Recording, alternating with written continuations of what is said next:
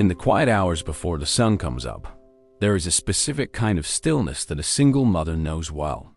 It is the time when the house is finally silent, and the weight of being the sole emotional anchor for a family begins to settle. Psychologically, this isn't just about the physical work of raising a child. It's about the mental load of being the only. When you are the only one making the decisions, the only one interpreting a fever, and the only one filtering the world for another human being, your mind develops a unique kind of hypervigilance. You learn to listen for the rhythm of breathing in the next room while simultaneously planning the logistics of the coming week. It is a constant state of scanning, a quiet background noise of preparedness that never truly turns off. This constant responsibility often leads to a blurring of the self.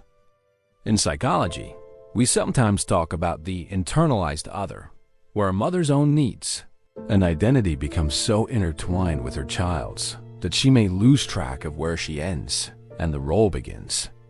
It isn't a mistake or a failure of character. It is a natural adaptation to a situation that demands everything. When you are the entire safety net, your mind learns to prioritize the net over the person holding it. You might find yourself standing in the kitchen, staring at a grocery list, and suddenly realize you haven't asked yourself what you actually want to eat in months.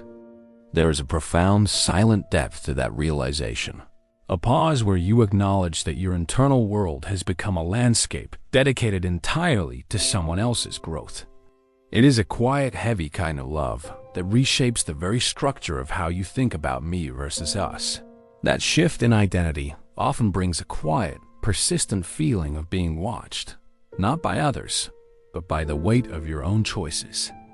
When there isn't another adult in the room to bounce ideas off of, every small decision feels much larger. You might wonder if you were too firm about a vegetable or too tired to read that third bedtime story. Without a partner to say, "It's okay, you're doing fine," the mind tends to create its own internal judge.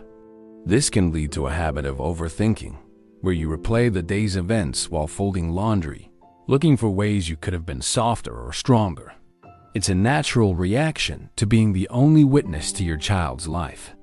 You feel you have to be perfect, because there is no one there to balance out your rough days. In these quiet moments, many mothers experience a strange kind of loneliness that has nothing to do with being alone. You are surrounded by the life and energy of a child, yet there is a gap where a shared understanding should be. You carry the knowing. You know the exact way they like their toast, the specific sound of their tired cry, and the fears they haven't put into words yet. But there is no one who knows these things with you. This creates a psychological space where you are both the protector and the protected, the leader and the follower. You learn to provide your own comfort, to be the person who pats your own shoulder and says, "We made it through today." It is a resilient way of living, but it requires a lot of mental energy to keep that internal conversation going without a break. As time goes on, this way of living creates a deep, quiet strength that often goes unnoticed by the outside world. You begin to realize that while you are the one providing the safety, the bond you are building is also providing a sense of purpose for you.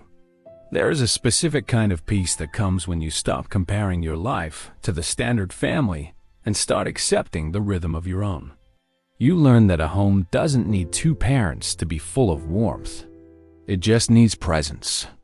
Your mind eventually settles into this role, finding a balance between being a mother and being a person. You start to find small pockets of time, maybe while the water is boiling or during a quiet walk to the car, where you can simply breathe and exist as yourself, separate from the needs of others.